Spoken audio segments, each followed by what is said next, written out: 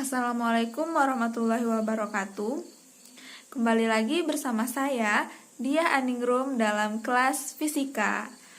Nah, pada kesempatan kali ini kita akan mempelajari tentang materi gerak parabola. Apakah adik-adik sudah tahu tentang gerak parabola ini? Apa itu gerak parabola? Nah, pernahkah adik-adik melihat sebuah bola yang dilempar? Lalu bagaimana bentuk lintasannya? Sebelum bola kembali turun, ia mencapai ke titik tertinggi sebelum jatuh turun ditarik oleh gravitasi. Nah, peristiwa inilah yang dinamakan dengan gerak parabola.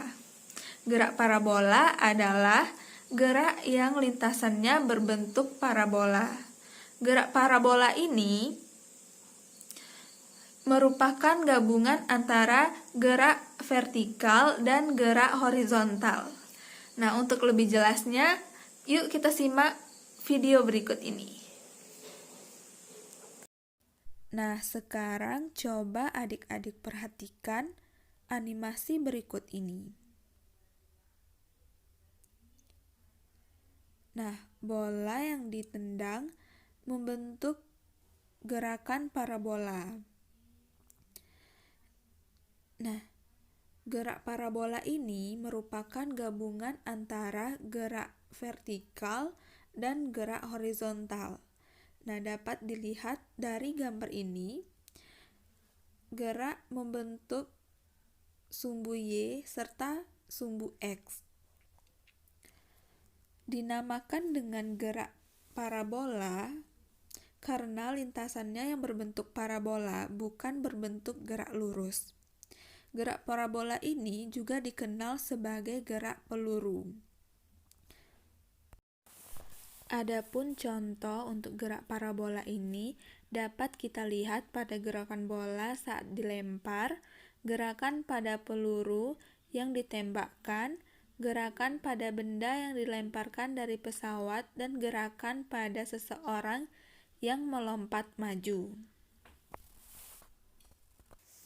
Jika kita perhatikan gambar di atas, kita dapat menyimpulkan bahwa gerak parabola memiliki 3 titik kondisi. Pada titik A merupakan titik awal gerak benda. Benda memiliki kecepatan awal v0. Pada titik B, benda berada di akhir lintasannya. Kemudian, pada titik C merupakan titik tertinggi benda. Benda berada pada ketinggian maksimal atau Ymax. Pada titik ini kecepatan vertikal benda besarnya 0. Vy di titik C sama dengan 0. Seperti yang telah kita ketahui sebelumnya, bahwa gerak parabola merupakan gabungan dari 2 komponen gerak, yaitu komponen gerak horizontal atau sumbu X dan komponen gerak vertikal atau sumbu Y. Selanjutnya, mari kita bahas kedua komponen itu. Yang pertama, komponen gerak parabola sisi horizontal pada sumbu X atau Vx. Komponen gerak horizontal besarnya selalu tetap dalam setiap rentang waktu, karena tidak terdapat percepatan maupun perlambatan pada sumbu X. Ax sama dengan 0, sehingga Vx sama dengan Vx0 sama dengan Vxt sama dengan konstan. Kemudian, terhadap sudut theta antara kecepatan benda atau V dengan komponen gerak horizontal Vx dalam setiap rentang waktu, sehingga Vx sama dengan Vx0 sama dengan Vt sama dengan V0 cos theta 0. Karena tidak terdapat percepatan maupun perlambatan pada sumbu X, maka untuk mencari jarak yang ditempuh benda pada selang waktu T dapat kita hitung dengan rumus X sama dengan V0 cos theta 0 dikali T. Kemudian selanjutnya ada komponen gerak parabola sisi vertikal atau pada sumbu X atau VY. Komponen gerak vertikal besarnya selalu berubah dalam setiap rentang waktu karena benda dipengaruhi percepatan gravitasi pada sumbu Y. Jika kamu harus pahami bahwa benda mengalami perlambatan akibat gravitasi, AY sama dengan min G. Kemudian terhadap sudut theta antara kecepatan benda dengan komponen gerak vertikal atau VY, sehingga VY sama dengan V0 sin theta 0 dikurang GT.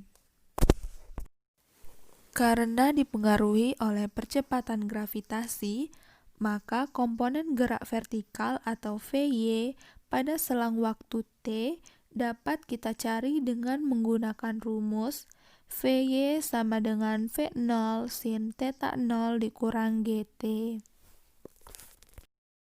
Kemudian kita dapat mencari ketinggian benda atau Y pada selang waktu T dengan menggunakan rumus Y sama dengan V0 sin theta 0 dikali T dikurang setengah GT kuadrat. Terdapat pula persamaan-persamaan untuk menentukan besaran gerak parabola lainnya. Apabila tidak diketahui komponen waktu, kita dapat langsung mencari jarak tempuh benda terjauh atau X maksimalnya, yakni dari titik A hingga ke titik B dengan menggabungkan kedua komponen gerak. Komponen gerak horizontal X max sama dengan V max dikali T max.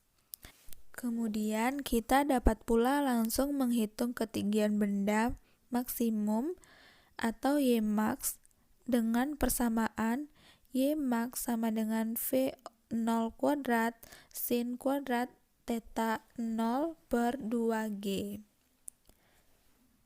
Selain itu, dengan menggunakan teorema Pythagoras, kita dapat mencari kecepatan benda jika kedua komponen lainnya diketahui. Dapat dirumuskan dengan V sama dengan akar Vx kuadrat ditambah Vy kuadrat. Jika diketahui kedua komponen kecepatan, kita juga dapat mengetahui besarannya.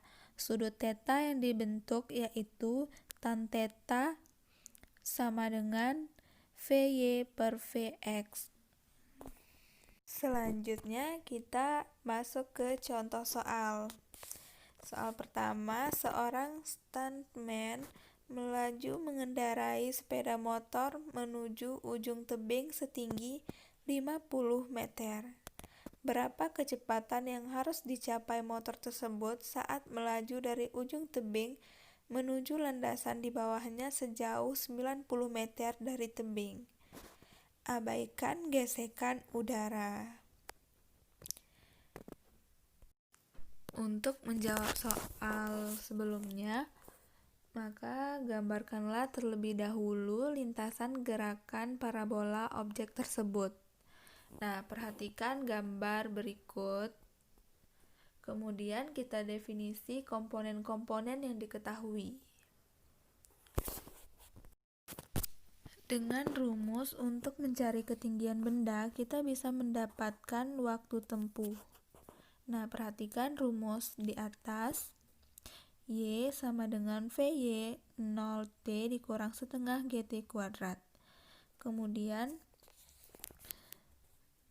kita dapatkan Y sama dengan min setengah GT kuadrat. Kemudian untuk T-nya sama dengan 2Y per min G. Dan perhatikan, kemudian kita dapatkan T atau waktunya itu 3,19 detik.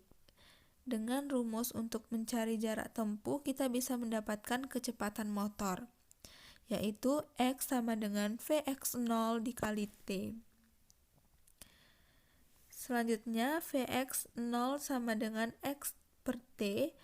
Kita masukkan angkanya 90 meter per waktu 3,19 sekon. Maka kita dapatkan hasilnya 28,21 meter per sekon.